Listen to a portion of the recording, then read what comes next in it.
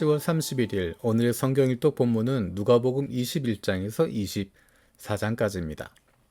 예수님께서 붙잡히시고 십자가에 고난받으시고 돌아가시는 장면, 그리고 예수님께서 부활하시는 장면, 제자들을 만나서 말씀을 나누시는 장면들이 누가복음에 나와 있습니다.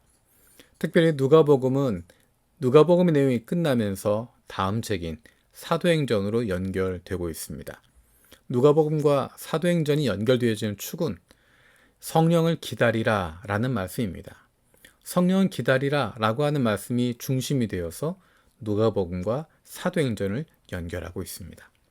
예수님께서 붙잡히시고 고난받으시고 십자가에 돌아가시고 부활하시는 사건은 사복음서에 모두 기록되어 있는 의미 있는 중요한 사건입니다. 그 가운데 베드로가 예수님을 부인하는 사건도 사복음서 모두 나와 있습니다. 그만큼 이것이 중요한 사건이기 때문입니다. 그런데 재미있는 것은 누가복음에만 기록된 표현이 있습니다. 22장 61절에 이렇게 말씀하고 있습니다. 주님께서 돌아서서 베드로를 똑바로 보셨다. 베드로는 주님께서 자기에게 오늘 닭이 울기 전에 네가 3번 나를 모른다고 할 것이다 하신 그 말씀이 생각났다. 그리하여 그는 바깥으로 나가서 비통하게 울었다. 예수님께서 모욕을 받으시고 고난을 받으시고 예수님을 중심으로 시비가 벌어지고 있는 상황입니다. 그런데 저 멀찌감치 있었던 베드로에게 예수님이 마음을 두고 있었습니다. 베드로가 예수님을 모른다고 부인하고 있었을 때, 3번째 예수님을 모른다라고 부인했을 때 주님께서 돌아서서 베드로를 똑바로 보셨다라고 말씀하고 있습니다. 예수님께서 멀리 떨어져 있지만 베드로를 주목하고 계셨고 그가 하는 이야기에 귀를 기울이고 계셨고 그 마음이 베드로를 향하고 있었다라는 것을 볼 수 있습니다. 예수님의 눈빛이 뭐라고 말하고 있었을까? 똑바로 예수님께서 보시는 모습, 주님께서 베드로를 똑바로 보셨을 때, 그 눈이 마주쳤을 때 베드로는 어떤 마음이 들었을까?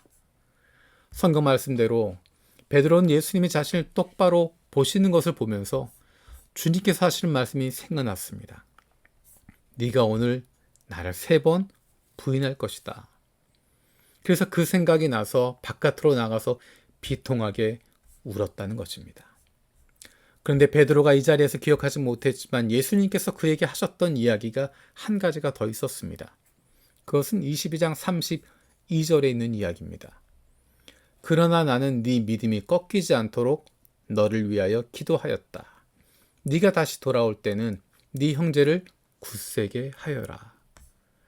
예수님을 모른다고 부인할 것 예수님께서 미리 알고 계셨고 베드로의 연약함을 아셨기 때문에 베드로를 위해서 기도하셨다라는 것입니다.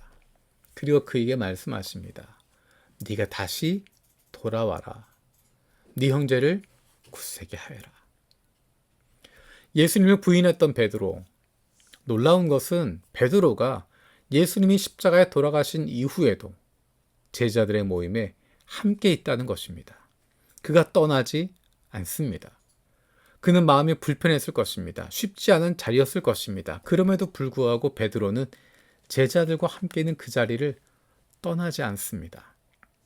그리고 마침내 그곳에서 예수님을 만나게 됩니다.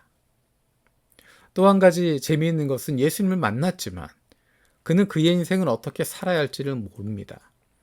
어떻게 살아야 할지 모르기 때문에 갈릴리로 예전의 어부의 삶으로 돌아가려고 했습니다.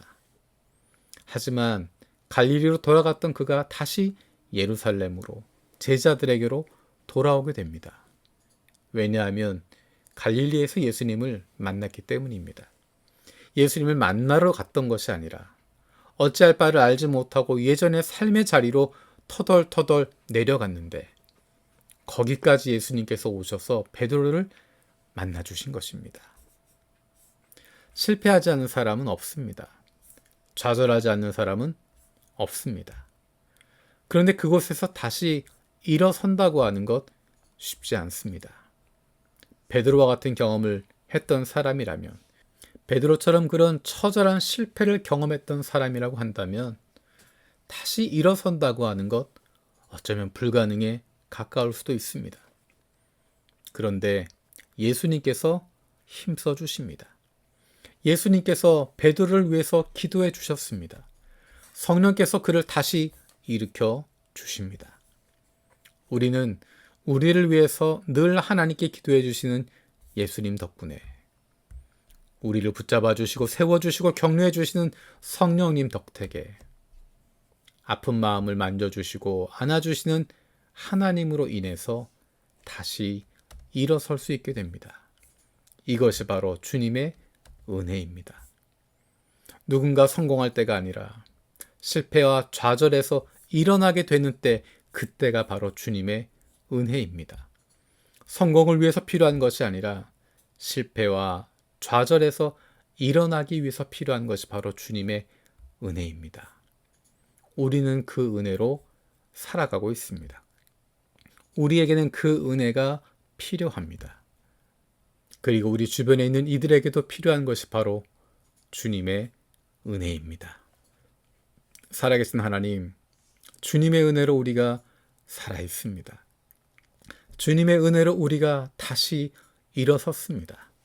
실패해서, 좌절해서, 연약하고 부족하지만 능력이 없지만 우리를 붙잡아 주시는 성령님 덕택에, 우리를 위해서 간구해 주시는 예수님 덕분에, 우리 아픈 마음을 안아주시는 하나님으로 인해서 다시 일어설 수 있음을 감사드립니다. 날마다 날마다 주님의 그 은혜를 누리며 살아가게 하여 주옵소서. 우리 주변에 그런 주님의 은혜가 필요한 이들에게 주님의 사랑과 은혜를 나누어 줄 수 있는 저희들 되게 하여 주옵소서. 감사드리며 예수님의 이름으로 기도드립니다. 아멘.